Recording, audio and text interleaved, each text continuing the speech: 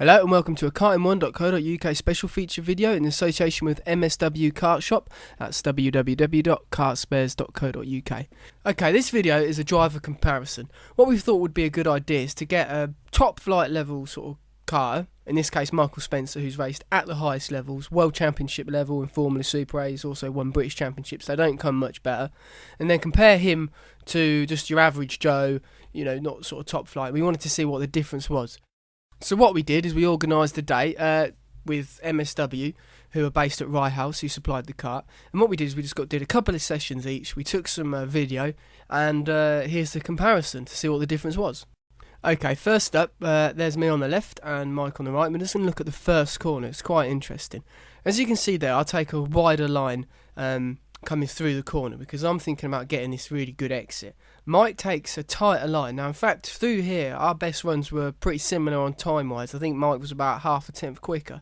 But the interesting thing that Mike does here is he sacrifices this wide entry for a tighter sort of corner radius. Now the reason he does this is because one, it's probably better on the tyres, it's easier on the tyres, and also he's less likely to get overtaken in that point during a race. So sometimes you may think that the wide line might be faster because naturally it feels quicker, but if you just can develop your skills just to take, maybe sacrifice that line and still get a good exit, it stops you from getting overtaken. And if you get overtaken you can lose a second in a race, which you're not going to make back. So it's very sort of good to be able to do that. Okay, coming up now we're going to be taking a look at the second hairpin and the rest of the lap. Okay, so this is the approach to the second hairpin. Now what we noticed was I was braking a bit late here because of my exit of the first hairpin wasn't as good as Mike's. I was trying to make up for it by braking late in the second hairpin and trying to be Mr. Cool. In fact, it cost me some time because Mike is much more conservative on the entry. He brakes a little bit early and then gets on the throttle early and crucially gets a much better exit into pylon corner here. Now pylon corner you have to take a lot of curb. It's not as easy as it sounds though. One of the crucial things about driving around a track like Rye House is you've got to be very strong, and if you ever see Mike Spencer, he's built and he's able to carry a lot more speed in, hit the curb and keep the kart stable.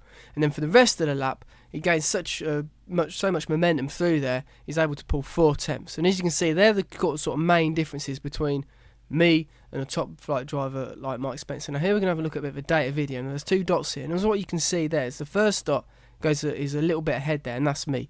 But then Mike sort of gets it back and we're kind of level into the first hairpin, and then what you see here is you'll see Mike get a better exit, okay, through the first hairpin, and then you can see that I just catch him a little bit under braking, and then he just shoots away, gains a couple of attempts going into pylon corner, and then this is where he just absolutely slaughters me, smashes the curb, strong as a rock, and then through here, you know, he's pulling, and he's able to get, you know, 6 tenths over me, you know, compared sort of our best lap versus his.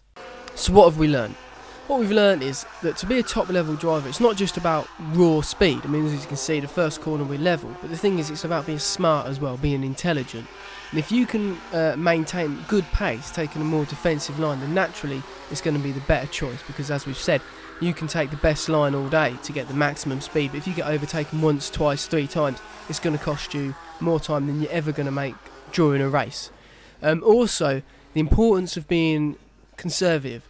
Now, sometimes you might want to brake late, and sometimes you naturally think if I brake late I'm going to be quicker, and it's not always the case because it's more important to get a good exit.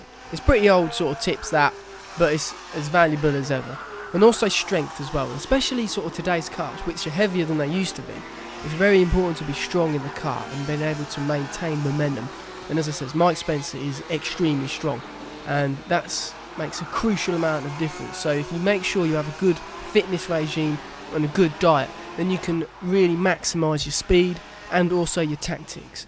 Okay, that was a video by karting1.co.uk. We'd like to thank MSW for supplying the kart, which was an octane chassis for those that are interested, and you can check out their website by going to www.kartspares.co.uk.